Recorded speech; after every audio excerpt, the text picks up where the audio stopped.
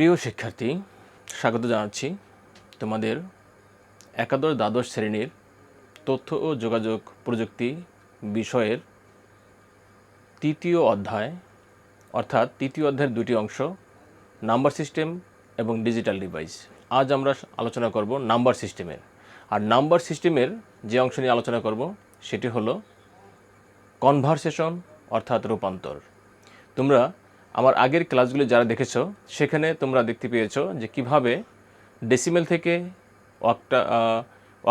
Octal থেকে decimal, binary থেকে decimal, decimal থেকে বাইনারি, হেক্সা ডেসিমেল থেকে কিভাবে বাইনারি দশমিক, আবার দশমিক থেকে কিভাবে হেক্সা ডেসিমেলে রূপান্তর করা যায়, এই ক্লাসগুলি আমরা সেখানে দেখিয়েছি। আজকে তোমাদের দেখাবো ডেসিমেল থেকে বাইনারি, আবার বাইনারি থেকে ডেসিমেল, কিন্তু এখানে যদি দশমিক থাকে তাহলে আমরা সেটা কীভাবে করব। দেখো, আজকে তোমাদের যে অঙ্কটি দেখাচ্ছি সেই অঙ্কটি হলো এরকম। মনে করো 74.125, ধর এই সংখ্যাটা আছে, ডেসিমাল। এইটাকে বাইনারিতে রূপান্তর করতে বলা হলো।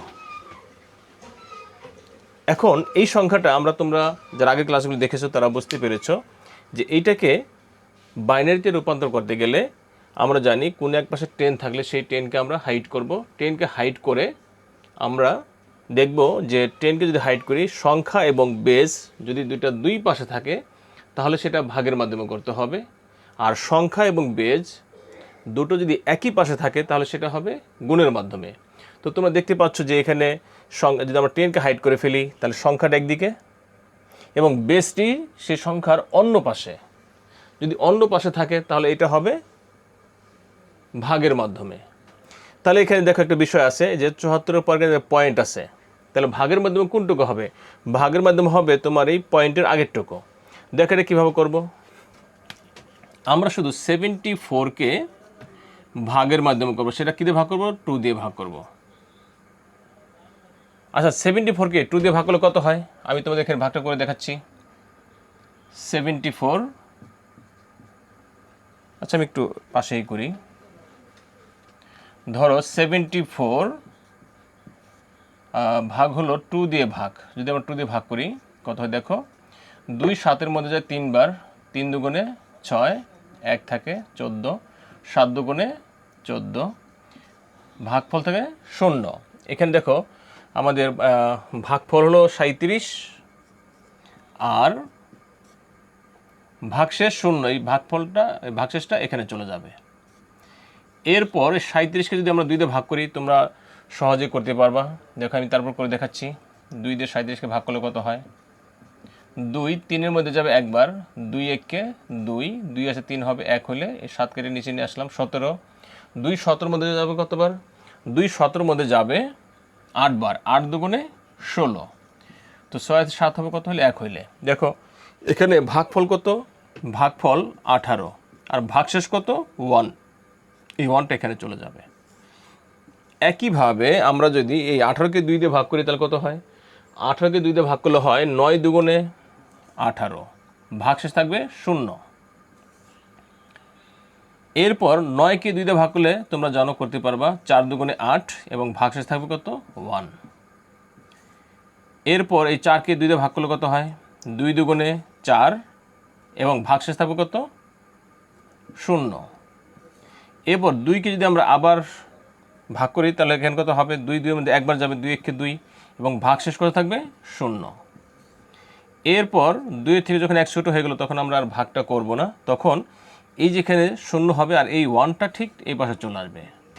আমরা এখন বলতে পারি অতএব 74 যে দশমিক সংখ্যা, এইটা সমান বাইনারি সংখ্যা। নিচ থেকে যদি লিখি আমরা 1, তারপরে 00, তারপরে 1, তারপরে 0 1 0।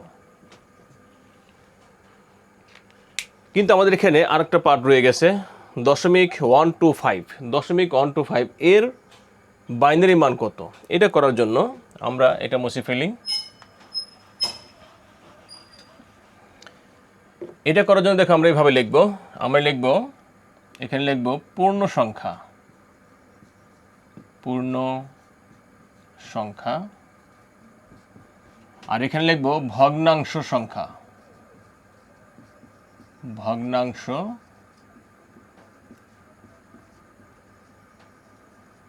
সংখ্যা। মাঝখানে একটা দাগ দিব, দাগ দিয়ে আমরা একটা বক্সের মতো করে নিতে পারি চাইলে।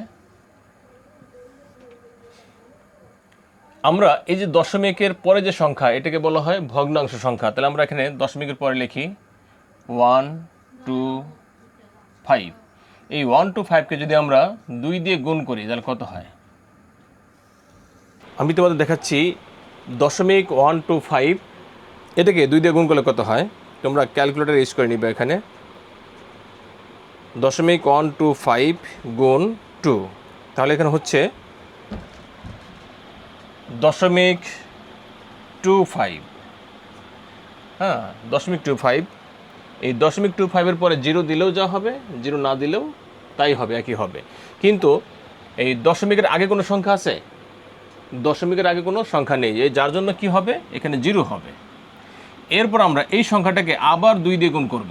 দশমিকের পরে যা থাকবে সেটাকে 2 দিয়ে গুণ করব। আমরা দশমিকের পরে যা আছে সেটাকে আমরা যদি আবার 2 দিয়ে গুণ করি তাহলে এখানে হবে দশমিক শুধু 5, আর দশমিকের পূর্বে কোনো সংখ্যা নেই, যার জন্য হবে কি 0। এটাকে আমরা আবার 2 দিয়ে গুণ করব, গুণ 2। এবার দশমিকের আগেই একটা সংখ্যা হবে 1, আর দশমিকের পরে কি থাকবে, কিছুই নাই, মানে 0 0 আছে। তাহলে আমাদের অঙ্কটা এখানে শেষ হয়ে গেল, আর করতে হবে না। তাহলে আমরা লিখতে পারি, এখানে দেখো আমরা এটাকে লিখতে পারি ভাবে 0.125, এটা দশমিক ভ্যালু, এটার সমান বাইনারি ভ্যালু উপরে থেকে লিখতে পারি। এখানে পয়েন্ট হবে, পয়েন্ট হওয়ার পর উপরে থেকে এটা আসবে 0 0 1। আমরা যদি একত্রে লিখি, অতএব 74.125 এই সংখ্যাটা আছে দশমিক। এর বাইনারি ভ্যালু কত? এর বাইনারি ভ্যালু হলো 1001010.001। আশা করছি তোমরা বুঝতে পেরেছ। এখন আমরা দেখব এই যে বাইনারি সংখ্যাটা বের হলো, এই বাইনারি সংখ্যা থেকে যদি বলে তোমাদের যে, আমি একটু মুছে দিই বা উপরে লিখে দিচ্ছি, যেমন বলে 100101010 1001010.001। এই সংখ্যাটার সমান ডেসিমাল ভ্যালু কত, এটা যদি বলে তোমাদের কি করার জন্য, তাহলে আমরা এটা মুছে ফেলি নিচেরটুকু, তোমরা যারা দেখেছো।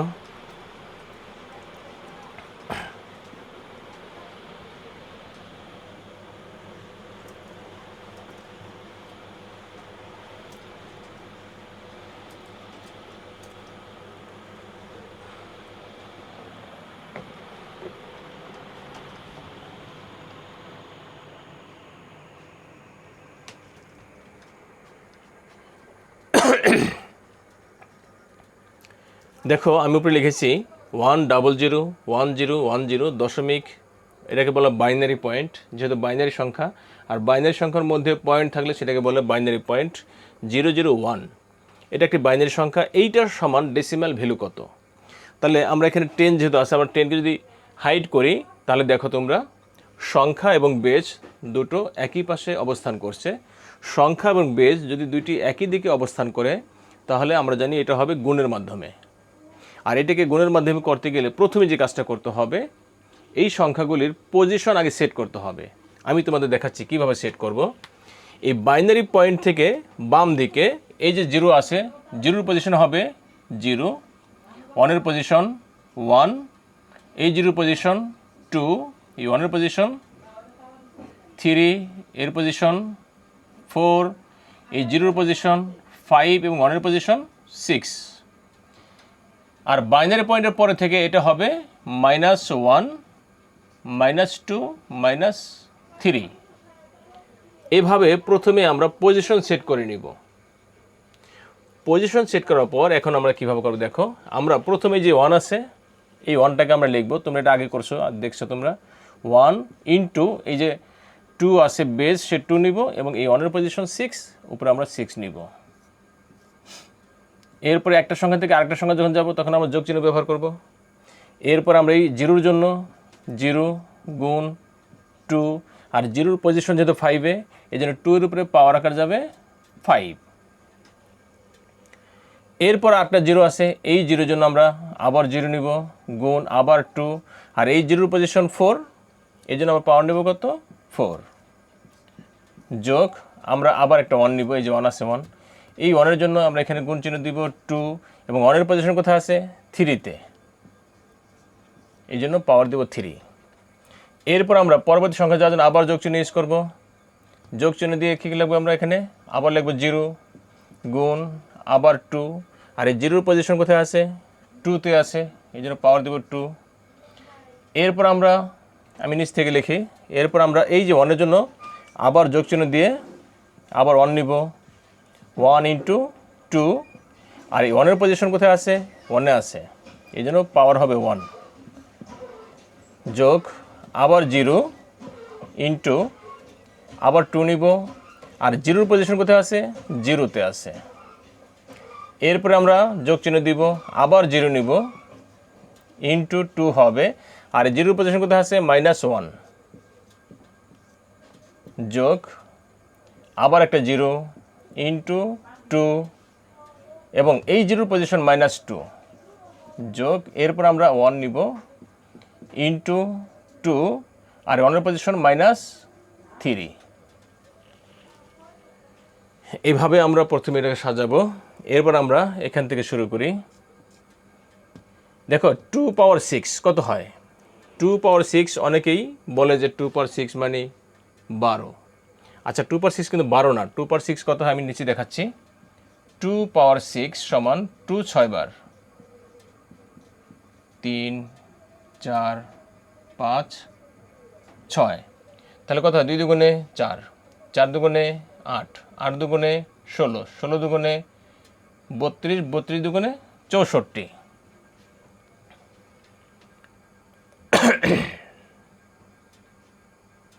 তাহলে এখানে কত হবে 64।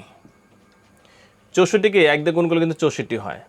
আরেকটা বিষয় হলো দেখো এখানে 0 আছে আর এখানে 2 পাওয়ার 5 আছে, এখানে যাই থাকুক না কেন এই যে 2 পাওয়ার 5কে 0 দিয়ে গুণ করলে সংখ্যাটা 0 হয়ে যাবে, এই জন্য প্লাসের পরে এই সংখ্যার মানটা কত আসবে 0 প্লাস। এখানেও দেখো যেহেতু 2 পাওয়ার 5 আছে এবং 0 দিয়ে গুণ আছে, তার মানে এটাকে গুণ করলে কত হবে 0 হয়ে যাবে, এটাও 0।